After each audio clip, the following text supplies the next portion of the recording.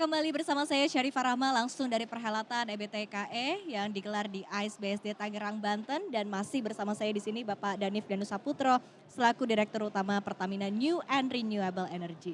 Kita lanjutkan kembali diskusi kita Pak Danif, begitu tadi sudah membahas terkait dengan berbagai sumber energi baru terbarukan seperti geothermal dan juga solar. Nah, kita akan fokus ya membahas terkait dengan proyek Green Hydrogen saat ini. Seperti apa Pak progres pengembangan untuk energi baru terbarukan ini?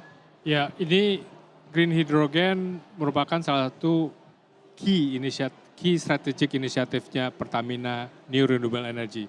Karena aplikasinya itu sangat besar gitu ya. Bisa untuk co-firing di generations yang menurunkan emisi yang cukup besar.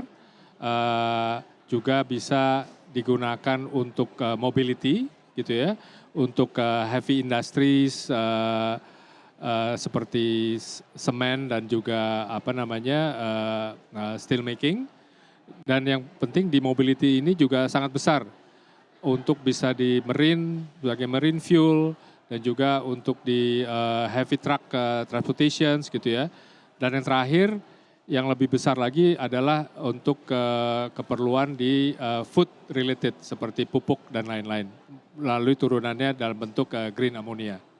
Oke baik. Nah terkait dengan pengembangannya sendiri begitu ya kalau kita lihat tadi sekali lagi ya seperti yang dibahas di segmen sebelumnya Pak Danif ini kan biasanya memang ada satu sumber energi yang difokuskan kepada tiap masing-masing daerah begitu ya. Kalau untuk green hydrogen sendiri ke depannya begitu akan dikembangkan di wilayah kerja mana saja Bapak? Ya. Jadi kita sedang mengembangkan ada beberapa proyek inisiatif, ini semuanya masih dalam bentuk proyek gitu ya. Ada yang sudah cukup advance akan dalam bentuk pilot project, basis dari energinya ada yang dalam bentuk geothermal, ada juga dalam bentuk solar. Jadi kita ada kerjasama dengan partner Jepang itu basis green hydrogen berbasis geothermal di Lahendong, Sulawesi Utara. Kita juga melihat potensi untuk producing hidrogen untuk potensi ekspor ke Singapura. Ini melalui Sumatera Basin begitu ya, Sumatera dan Kepulauan Riau. Jadi ini yang dua inisiatif atau pilot project yang cukup promising. Oke berarti targetnya memang sudah ekspor juga begitu ya Pak ya? Iya, jadi selain kita obviously kita melihat potensi domestik yang cukup besar, di mana Pertamina sendiri juga untuk refinery salah satu menggunakan hidrogen, pupuk kita tahu juga perlu hidrogen, tapi untuk ekspor demand-nya mungkin dapat saya katakan lebih mature karena mereka memiliki target decarbonization atau sudah ada sistem carbon tax yang memungkinkan untuk dengan cost of energy sekarang itu sudah hampir bisa komersial. Baik, tapi ketika kita hitung-hitung begitu ya Pak ya dari demand di dalam negeri sendiri, tadi Anda menyebutkan juga pupuk kan sebagai PT Pupuk begitu ya, termasuk sebagai off-taker juga begitu untuk green hydrogen ini sendiri, kemudian juga ada target untuk ekspor sendiri. Hitung-hitungannya seperti apa Pak antara demand yang ada di dalam negeri, kemudian juga dengan supply yang bisa diberikan dan juga dengan target ekspor dari Pertamina NRI. Iya, jadi pertama jelas ya, jadi dari Pertamina kita sebagai perusahaan energi yang meng-create green energinya diproses menjadi untuk misalnya pupuk itu adalah green ammonia gitu ya. Misalnya untuk Pertamina sendiri kita bisa produksi green hydrogen, even PLN juga untuk co-firing purposes juga potensi untuk bisa membeli. Tapi itu dari sisi keekonomiannya sebagai co-firing mungkin masih belum komersial gitu ya. Jadi dari sisi jumlah supply dan demand saya tidak melihat ada isu gitu ya. Karena so long as kita bisa memproduksi green electricity ya. Karena green electricity dari renewable energy sources seperti solar ya, yang diperlukan adalah ketersediaan lahan ya kan. Kita tidak ada keterbatasan feedstock, dalam hal ini kan kita cuma perlu cahaya matahari begitu ya. Ada juga kalau geothermal yes ada keterbatasan dari sisi resource gitu. Tapi juga kita bisa produksi ini dari sisi wind, tenaga bayu, atau juga ada satu inisiatif masih early yang kita lakukan bersama dengan Pupuk adalah melihat dari sisi produksi green hydrogen dengan basis thorium nuklir.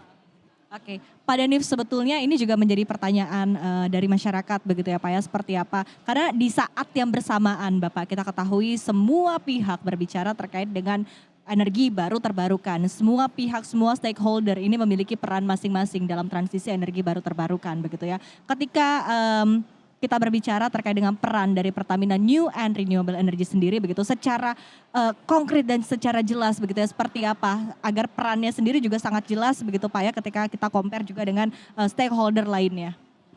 Oke, peran kita saya merasa cukup besar ya, karena mandat yang diberikan itu sangat luas juga gitu. Jadi kita pertama sebagai bagian dari Pertamina, perusahaan nasional oil and gas, ini merupakan future bisnisnya Pertamina. Gitu ya, kita tahu nanti hidrokarbon akan apa namanya mature dan juga akan melandai dan akan menurun di tahun 2050. Jadi kedepannya Pertamina akan apa namanya tergantung dari bisnis-bisnis yang sedang kita kembangkan di Pertamina New Renewable Energy. Apakah itu dari sisi pembangkitan gitu ya, banyak kita lakukan sekarang, solar, biogas, biomass gitu, tapi juga kita sebenarnya kalau bisnis oil and gas kan banyak ke mobility, transportasi gitu ya, jualan Pertalite, Pertamax gitu. Nah ini yang kita banyak melakukan investasi dari sisi apa namanya electrifications gitu ya. Nah juga termasuk sumber energi untuk apa namanya mobility ini. Tidak hanya untuk kendaraan umum, kendaraan passengers, tapi juga dari sisi heavy trucks, buses, juga marine, aviations gitu ya, yang bisa kita apa namanya transform dari sekarang yang memakai hydrocarbon, memakai basis apa namanya sumber energi yang lebih rendah emisi karbonnya. Oke baik, artinya memang nanti akan menyasar ke berbagai sektor ya Pak Danif ya. Tidak hanya sekarang memang fokus di Pertamina saja, tapi juga nanti akan fokus juga ke retail seperti apa ya Pak Danif. Nah Betul. kemudian ketika kita berbicara tadi Anda sempat menyinggung sendiri terkait dengan investasi. Ini juga pertanyaan Pak Danif, karena berbicara terkait dengan investasi di sektor energi baru terbarukan yang kerap menjadi headline utama adalah investasinya memang masih mahal begitu ya, biayanya masih besar. Seperti apa Anda melihat terkait dengan tantangan ini Pak Danif? Iya, memang di sini sebenarnya menjadi tantangan adalah bagaimana menyeimbangkan antara risiko dan potensial return, gitu ya. Risk returnnya yang bisa diterima oleh Pertamina selaku institusi atau any other institutions, karena at the end kita harus bisa menghasilkan return yang sepadan dengan risikonya.